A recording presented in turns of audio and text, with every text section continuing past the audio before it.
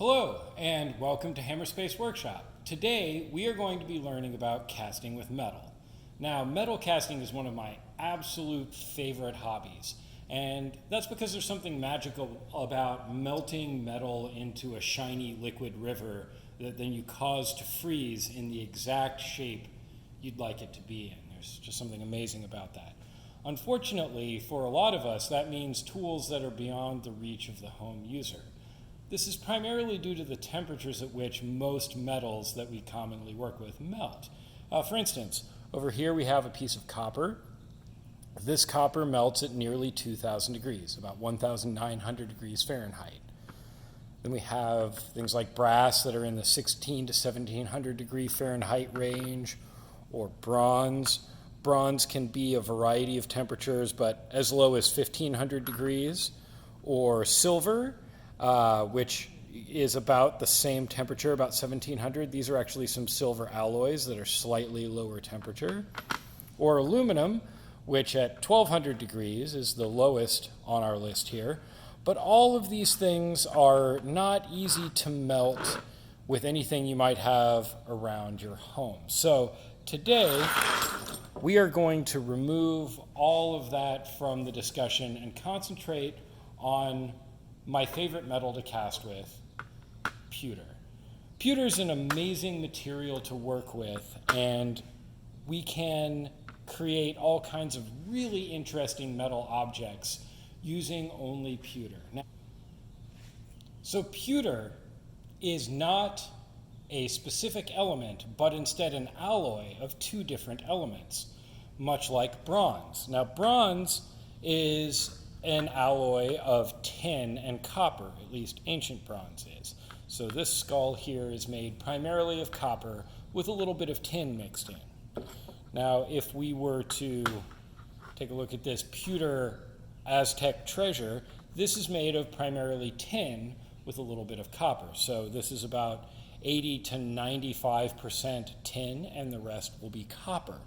So there's a lot of similarities between bronze and pewter in that they are comprised of exactly the same elements, just in opposite ratios.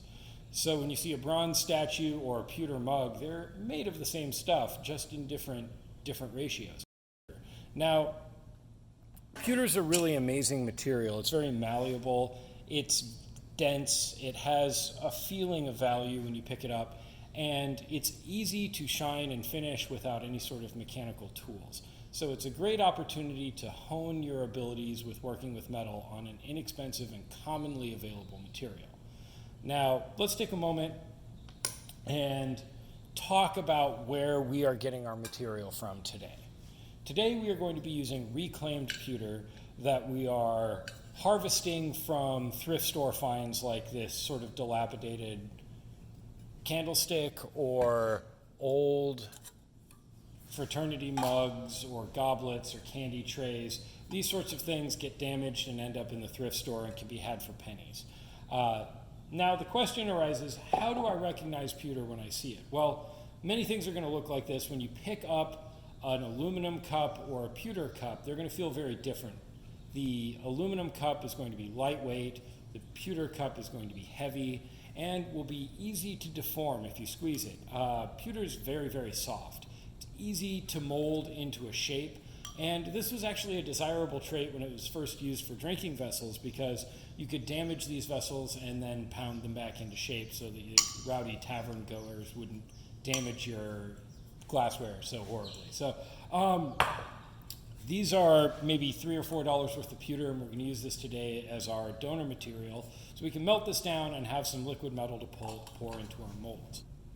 For me, what makes pewter casting so exciting is its melting temperature. Unlike all of these other metals, pewter melts at only 400 degrees, which opens up a lot of opportunities for you to work with common materials to make molds that will safely accept pewter as a casting material. Now, the question arises, how do I melt the pewter? There's lots of ways to do this. The way I'm going to recommend in this video is just go ahead and purchase a commercial hot pot like this one. These are only about $50. You can order them online or pick them up at a sporting goods store. And this is a great way to safely melt pewter. They come with a stand that makes them safe to operate, and you can just plug this into a household outlet and essentially have a ladle that will melt the pewter for you. If you don't have one of these and you want to work at home, I would recommend getting, if you have to cobble something together, a portable hot plate that you can put outside and a stainless steel pot that you can use to melt your pewter into. Outside of one of these, that's probably your safest bet. Now, put this under the camera here so you guys can get a look at that. It's a very simple device. This is the hot pot 2, gets up to about 500 degrees. So, there are lots of commonly available materials that you can use to make a mold that will withstand the 400 degrees that pewter achieves at its molten state. One common material, now not as easy to get as some of the other things that we'll discuss, is silicone. Now, silicone is a great material for making all sorts of molds, whether you're going to mold in resin or you're going to mold in another material. Fortunately, a lot of these silicones will withstand temperatures of 5, 6, even 700 and up degrees.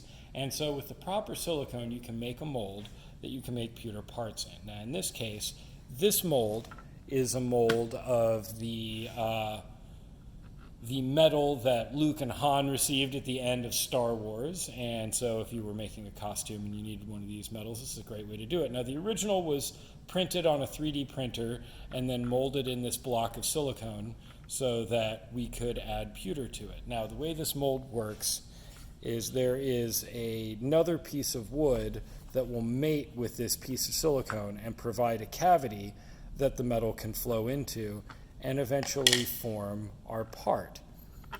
This part up here is known as the button, and the area where the metal passes into the part, whether it's through a long trunk or a short one like this, is called a sprue.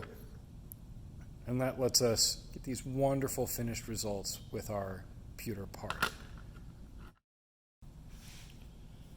On this silicone mold, you will see a couple of interesting features that are important to create when you're making silicone molds. We see here 3 different cavities, our buttons and our sprues that provide a path for the metal to reach our part. And then these lines that you see here are also an important part of this mold. Those are vents that are going to allow excess air to escape our molds and reach the outside. Now they're so small that the metal is going to have trouble flowing through here before it freezes. So these should not entirely fill with metal, but they will allow the air to escape from the portions of this mold where it may become entrapped. So silicone is an excellent way to make molds for pewter. It does have a couple of challenges. The smooth surfaces in some of these molds, for instance this heart here, will cause pewter to entrap air in ways that are hard to vent. So we have a secret that will make that work a lot better. It's something called a release agent. Now, in other types of molding, we use spray-on release agents, but we're in luck here. We have a very, very commonly available material that we can use for a release agent, and that's baby powder. Good old-fashioned baby powder can be sprinkled on your silicone molds. Let me get some on here.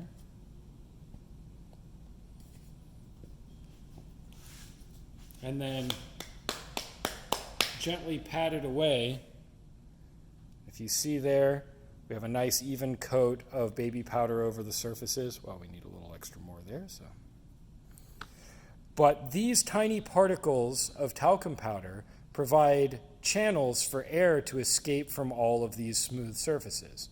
When your part is finally complete, you won't see any of those powder marks at all, but all of the air will be able to escape from these tiny little channels and get all the detail and impression that you need. So silicone is a great way to make molds, but it is kind of expensive.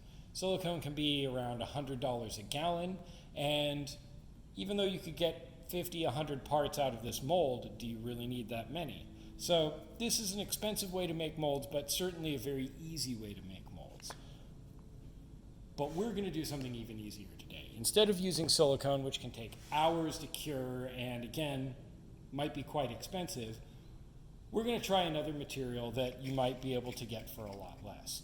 So this material that we're going to play with next is called moon sand. Now this is a children's toy that's available at all sorts of toy stores, and it's basically a mixture of silica sand, chicle, and EVA, which is a type of foam that's commonly used in baby toys and pool floats and anti-fatigue mats.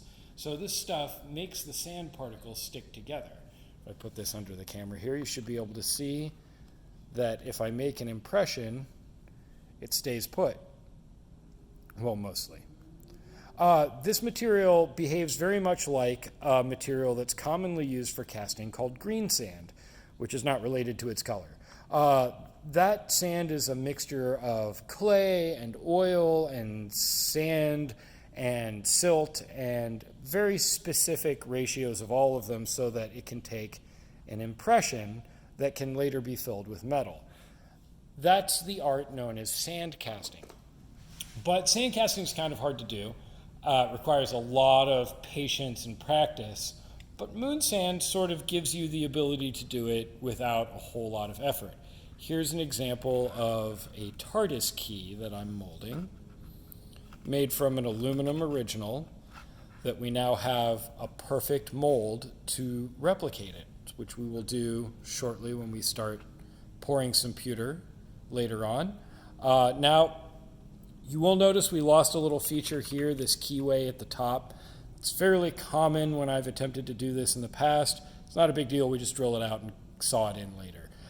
It's actually nice to be able to get that to look exactly even all the way around, as the original is a little crooked on the first part. So I'm going to set this aside and we're going to come back to the sand casting in just a minute.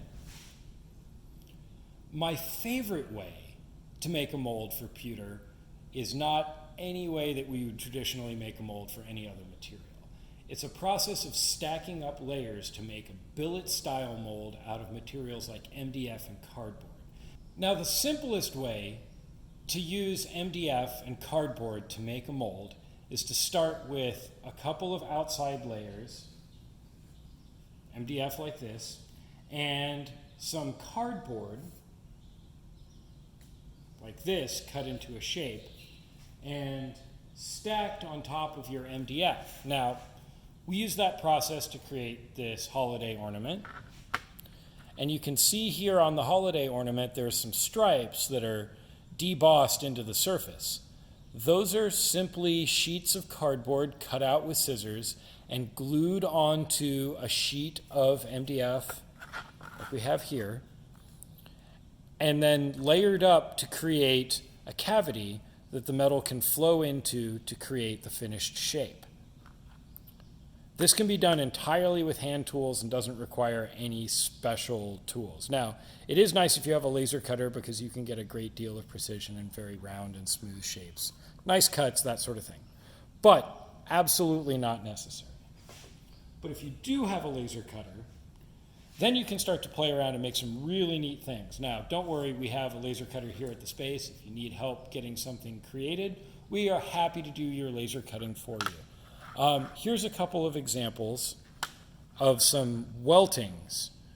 These are the layers around the outside of the finished object, like this one here. And these surrounds are used to create the outside perimeter of your object. They're also used to determine how thick your finished object is going to be. So your object will be the thickness of all of your welting layers combined, plus any etching that you have at the surface. So you can see here is a cute little bear. We took advantage of the ability to do some shapes to really add some detail to that casting. And then this is a challenging shape. This shape has corners that won't vent very well through this sprue. So you can see here, these are some little channels that allow air to vent from the corners.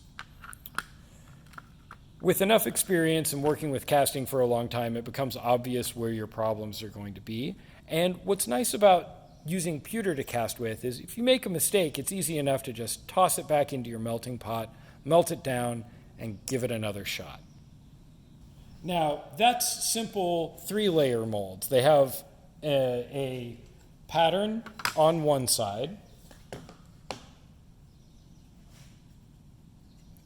a pattern on the other side, and then a welting layer in the middle.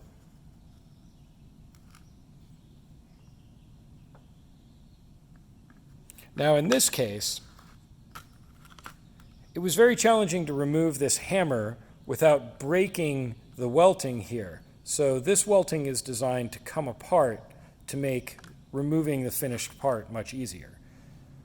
But normally, you would have 2 embossing layers and a welting layer, which combined together help you to create your finished object.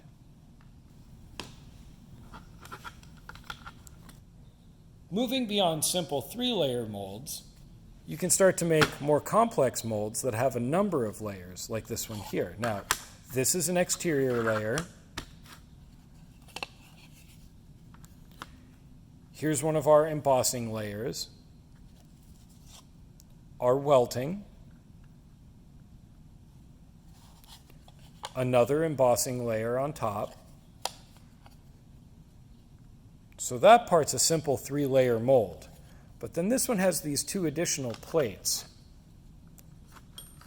to enclose a large volume here at the top for our metal to pour into to create this very small little coin. Now, the reason this was done is very specific. Normally, when we do traditional casting, we will use either a vacuum or a centrifuge to create very high pressure to force the metal to flow where we want it to go.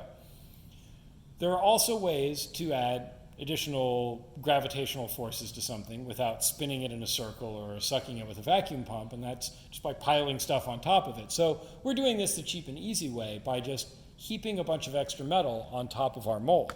So this chamber here is just designed to hold a great deal of pewter and cause by its weight a lot of pressure on our area that's going to produce the coin here, so that we can get all of this fine detail on this relatively small coin. Now this coin is very thin in cross-section, which is what requires all of that extra pressure to get a good impression.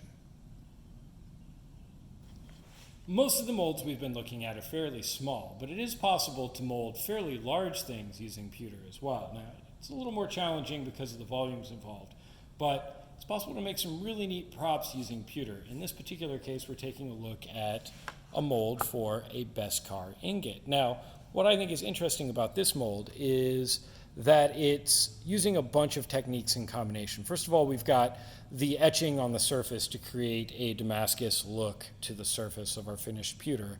And then some of this material has also been cut out with a laser cutter and then re-glued at a different height.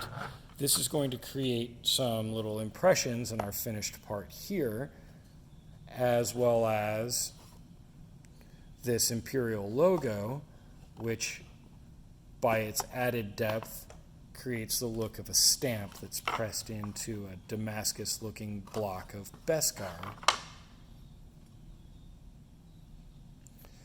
By transferring the patterns at the front into the design for the edge of the welting, you can see the serrations here that match the pattern at the edge of the bar. We can create an entirely 3D prop using only the techniques that we have been using to make these coins and other objects.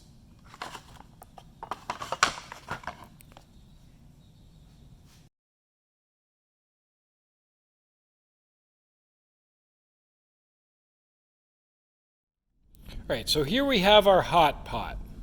This is full of a little bit of molten pewter, and you notice as I skim the surface here, we collect what's known as dross, which is the oxides formed by the combination of the metal that we're melting and the horrible, horrible oxygen in our atmosphere. So that right there is tin oxide and a little extra metal pewter that's still trapped in there with it. We're going to dispose of this because this is just going to contaminate our casting. And then we're going to add some more pewter to our vessel here and let it melt. This is always my favorite part of the process, is watching the metal melt away.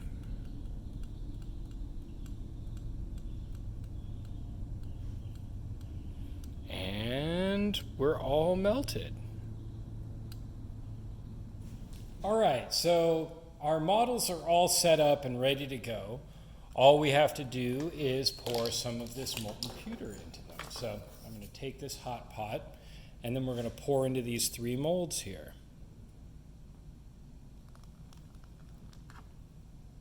It's all right if you spill a little bit. We can remelt it later.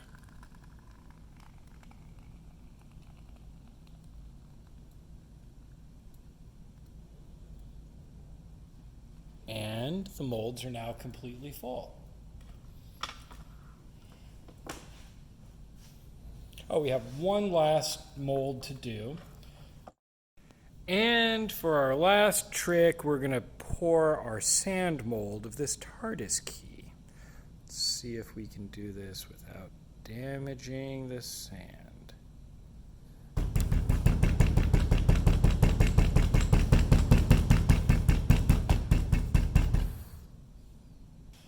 All right, now that everything's all cast, we can put away our hot pot and wait for everything to cool.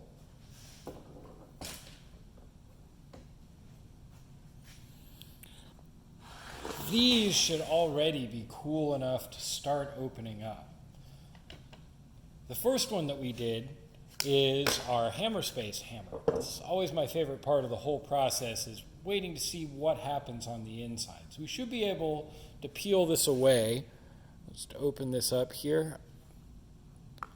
Oh, there we go. Looks like a pretty good cast. Let's flip over to the other side here and see what we have. Now it looks pretty good too. So now the last thing to do is to pop this welting apart. I'm going to go ahead and clamp this in case it's a little hot. Looks like that came out really good. So that's cast number 1, a success. Clean up our mold here. Now let's open up our second mold. Our second mold is a coin that we molded. We have an outer layer, which we're going to remove, another outer layer, leaving the inside of our mold ready to disassemble. So there's a little bit of a trick when you get a little bit of extra metal float over the edge here. We've got to slide this down until it breaks loose. And there it goes. And there is our coin. It's a little off center, so we'll probably have to recast this one. Yeah, so that hammer is looking pretty good. Now, we'll have a few things that we'll have to do to finish this off. We're going to have to remove the sprue from the button. This is the button, and then the handle itself is actually the sprue here, so all we have to do is cut it free from the rest of the button. So we're going to use these long-handled nippers that we have here. These give you a lot of leverage and make it easy to cut right through here without any problem at all. We could use a saw. There's lots of ways we could cut this loose, but these are probably the easiest, and we'll just give it a little clip. That's all done. Now this part can just be returned to your melter or just put in a pile for when the next time you're casting. This is basically a built-in ingot. All right, so our finished hammer here. Looks like the casting's pretty good. You can see these sprues that stick out just a little bit. Those were the vent sprues that helped air escape. But those are easy to remove with a simple file. And I'm going to show you that process here on our next casting, which is going to be the sand casting of the TARDIS key. So we'll set this aside and move on to that. And now it's time to check out our sand cast. So this had a little overpour here, but that's all right. I don't think it's going to cause a problem because we can remove that very easily later on. Pewter is wonderfully easy to modify in sand. Let's pop this out. Let's see what we got. Oh, it looks like a pretty good cast. So you notice that the remainder of the sand is completely destroyed. We can't reuse this type of mold. Not without remaking it. But the nice thing about moon sand is we can take this out and we can crush it up and turn it back into soft sand by crumbling it. And now we're ready to take another impression and make another copy. And while we're at it, we can clean off this and salvage as much of this sand as possible. So we'll take a brush to scrub the surface a little bit. Remove the excess sand. And there we have the beginning of our TARDIS key.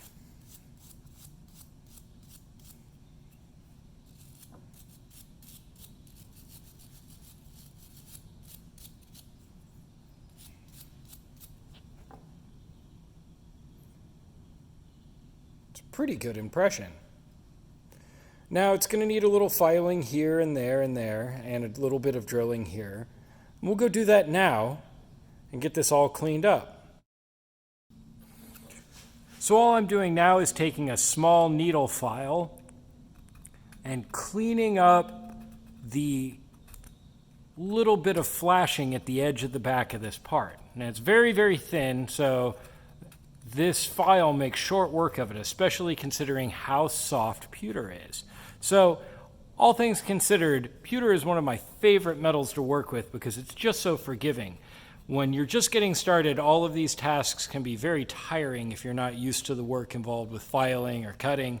And as a result, pewter makes the whole process of being a beginner just that much easier. We're already starting to see the little bit of flashing around the outside disappearing.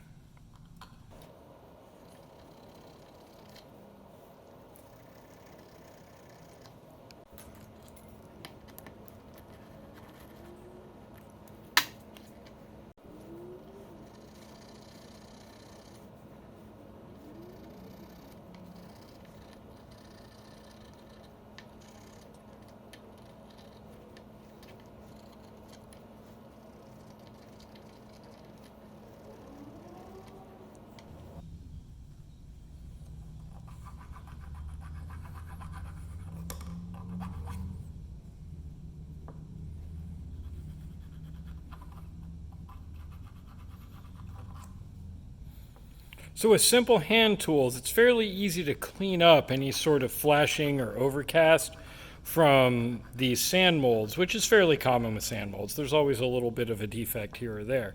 But pewter's so soft, this whole process is pretty painless all in all. So it's already looking pretty good. We're going to take a few tools here to make this look a little bit more convincingly antique, like the key to an ancient TARDIS.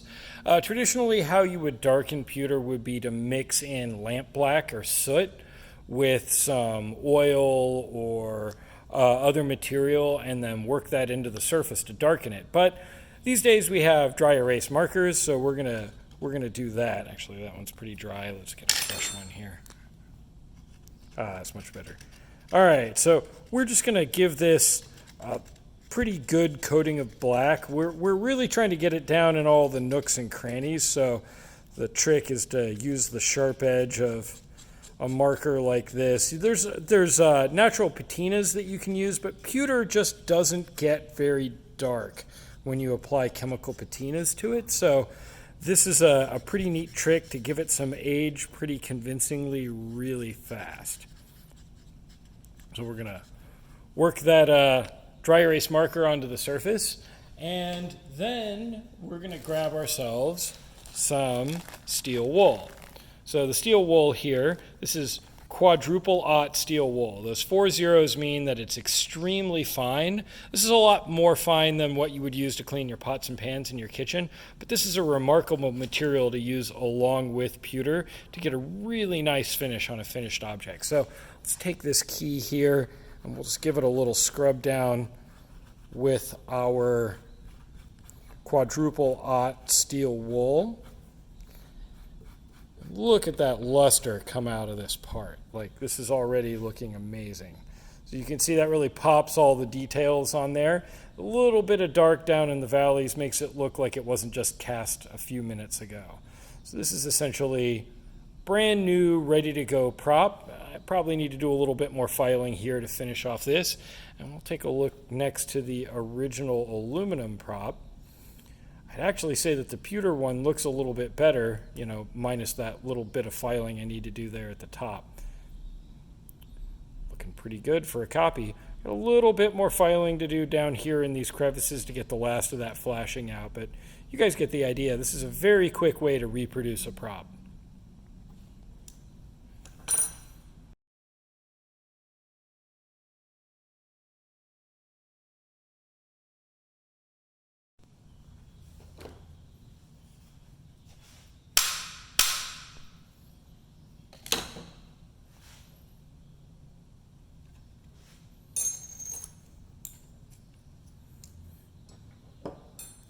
All right, now that we've demolded our hammer and our TARDIS key and cleaned those up, I think we've waited long enough for our bigger casts to be completely cool. So let's pop this one apart next, shall we? Okay, so this is our 5-layer coin that has our outer layers here. And here's our big button. That's cool to the touch now, so that shouldn't be any problem.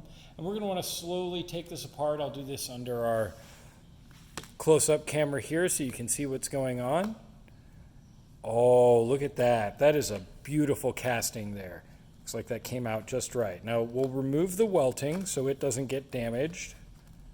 Take that out. The cardboard's a little fragile, but that just pops right out, so no problem there. And we'll flip it over. Just give that a little bit of pressure. And look at that. That coin came out great. Now, one of the reasons why this one turns out so nice is all of this extra weight here is just pushing down into the rest of the coin, making sure that impression comes out perfect every time. So we're going to cut that off with our clippers.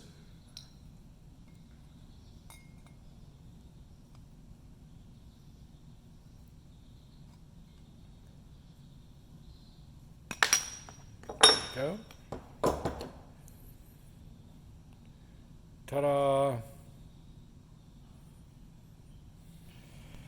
Now the laser has the effect of etching the surface of this coin and making it have a texture on it. So what we're going to do is we're going to lay down some sandpaper on a very smooth surface, and then we're going to sand the faces of this just a little bit. This is going to bring up its polish and shine.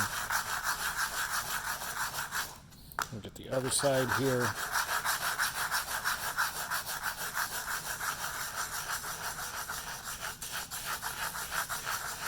Now it's important when you do this to place your sandpaper on this flat surface, hold the sandpaper still, and move the coin on that flat surface. If you try and rub sandpaper on the surface, you'll get an uneven sand and you'll end up taking the texture out.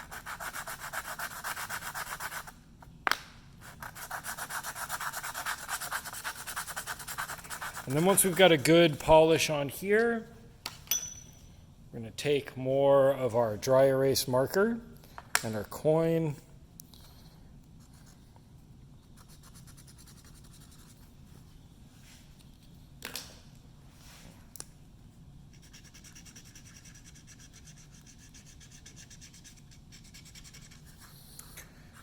Now, what we're doing here is we're simulating a natural patina of age. So ordinarily, oxygen will eventually darken this just like it did the metal in our crucible, but it's going to take a lot more time. So this is a quick way to give the appearance of age and help all these tiny details that we've created on our surface to really pop. We'll follow that up with some of that quadruple-aught steel wool. That's 4 zeros. It's very, very fine.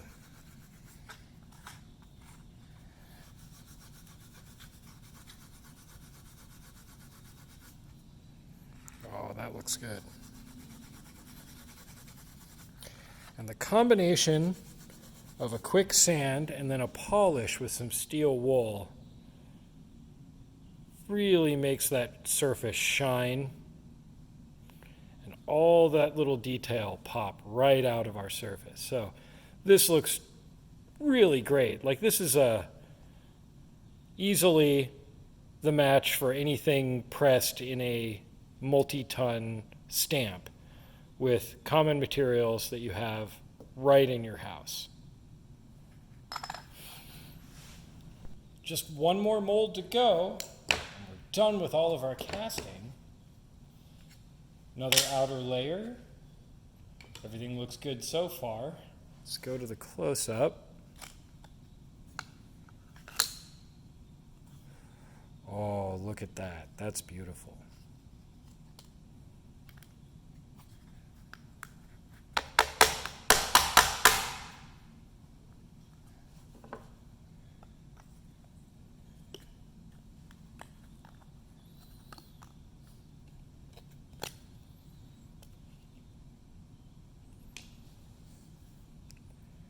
That is a lovely piece of work. Let's cut that free and take our cutters.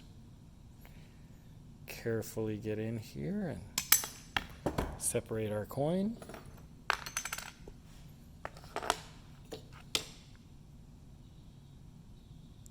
And there we go. With a little bit of sanding, we'll take that off with our file. And then this will be ready to finish. All right. Trimmed that down a little bit. We'll just hit this on the sandpaper to clean up any rough spots on the perimeter. Now, if you've got a buffing wheel or wire wheel or anything else around your shop, a belt sander, all of these things come in tremendously handy when working with these casts. But I'm doing everything today with hand tools so you all can see what that looks like without any power assistance at all. So that's looking pretty good. I think that's ready without even any surface sanding to just go ahead and add some black to the surface. So let's do that.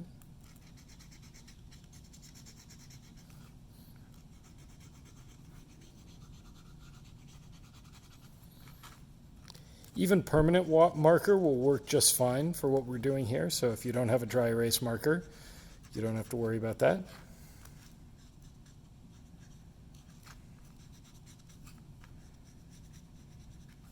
And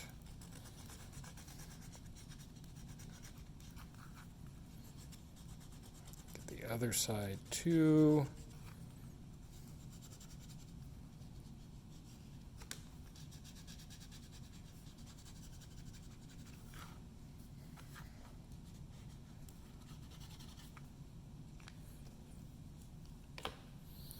More steel wool.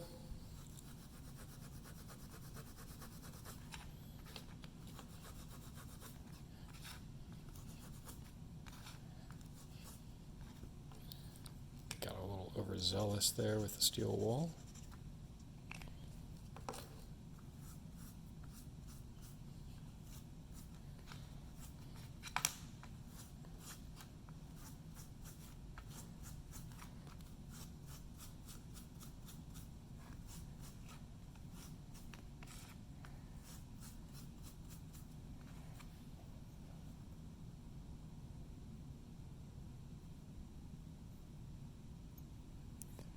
It's hard not to be really pleased with that. That's just beautiful.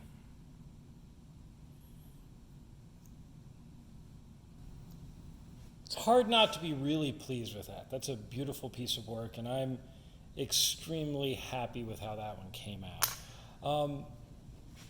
That's essentially all there is to this simple process of pewter casting. There's, of course, so many different sorts of things you can make, from sheriff's badges to trophy toppers to parts for, decorative items around your house, or cosplay or prop building, or, anything else that you need a simple and beautiful, timeless metal cast into just about anything you can imagine.